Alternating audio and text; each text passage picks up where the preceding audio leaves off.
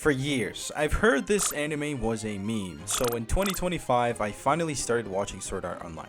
Because it's summer break, I was burnt out on seasonal anime. We have cool things coming out right now, but they go episode by episode, and I needed something that's gonna be a little bit longer, something that already finished or even has a ton of episodes. The first thing that came to my mind was SAO, because one of my friends who I play Valorant with showed me his setup, and he had a bunch of Asuna figurines. So this is where my subconscious picked it up, and additionally, before bed, I was convinced because I saw Giguk throughout the years make fun of SAO. What will your reaction be if your future kids love Sword Art Online, LeMayo? Okay. Was it really that bad? Is it misunderstood? And what is the core reason why people meme on it so much? The things I knew about Sword Art Online is it's gaming related and there's a bunch of Asuna fanboys roaming the internet. Additionally, I thought that Kirito from the clips I saw seemed like a character that's a bit more submissive and quiet, and I had my pre-assumptions that it's gonna be like Tower of God, where you basically climb up a tower and get a reward. Just 4 episodes in, I was totally wrong with my expectations. Why do we have Asuna in here, but they're not friends instantaneously? Also, Kirito had a different tone to him. I thought he's going to be more shy or even reserved. And of course, I thought he's not going to be able to speak to women. I didn't expect him to talk back like that. And that's something I can respect. So now I'm questioning everything I thought I knew about this anime. And by episode 4, I'm just thinking to myself that it's a bit completely different from what I expected. But going back to Asuna, why did he try to aura farm being a beater instead of a beta tester? I was surprised because I thought Asuna fanboying would occur later throughout the show. But it turns out that we're moving a bit too fast, guys. So now I'm trying to figure out what kind of anime this actually is. I thought that Kirito is gonna be like doing maybe like episode 50 they get a hug in, but I'm looking at my script and I thought, what if Kirito wanted to have a harem? And no, he turns out he doesn't have a harem. So I'm sitting there like, okay, we have Asuna, we have other girls showing interest, and then it hits me. What if this is a romance anime, guys? Things got a bit interesting. Their whole lives had been turned around, and they all depend on one person controlling them.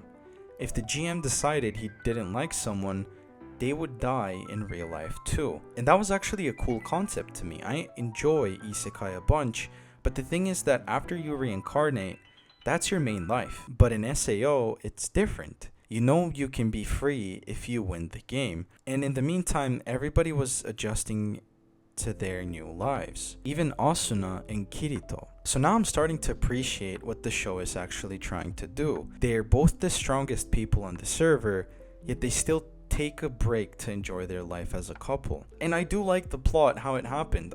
If I saw my future wife who cooked dinner for me while I hunted a wild bunny, I'd be pretty excited too. And already by episode 15, Kirito ends the game for everybody. Like, what the fuck is going on? Why are we moving so fast through the whole show? I mean, 75 floors was a bit too fast, no? So I was pretty confused throughout what was going on.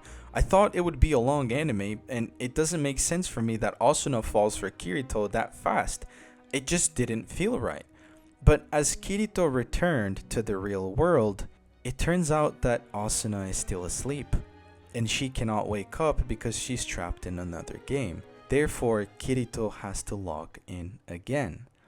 And this felt right, because Kirito didn't impress me all that much into getting a wife and having a nice life. It just didn't make sense. And so far, I haven't watched an anime where the main character has a partner throughout the whole series. I mean, Mushoku Tensei is close, but still no cigar.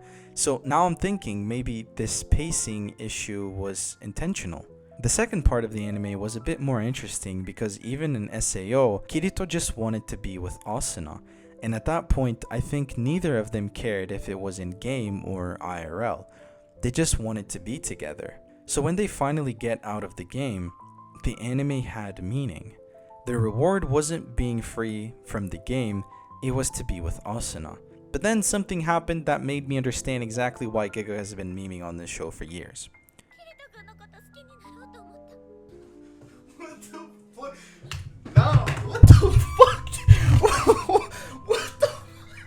What the fuck do you mean?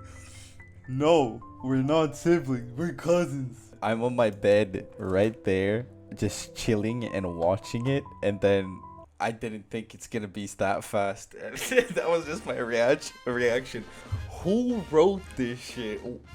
I mean, look, I'm enjoying the show, but like, what the fuck do you mean? We're not siblings.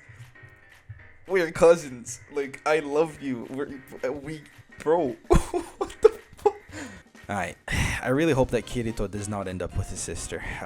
If that's the worst thing that can happen in SAO, I don't know what to say, but I'll take it because the anime has so much more to offer. I myself played World of Warcraft, which is an MMO, and this anime gave it a little bit more credibility. You can be anybody online, but at the end of the day, it reflects who you are offline.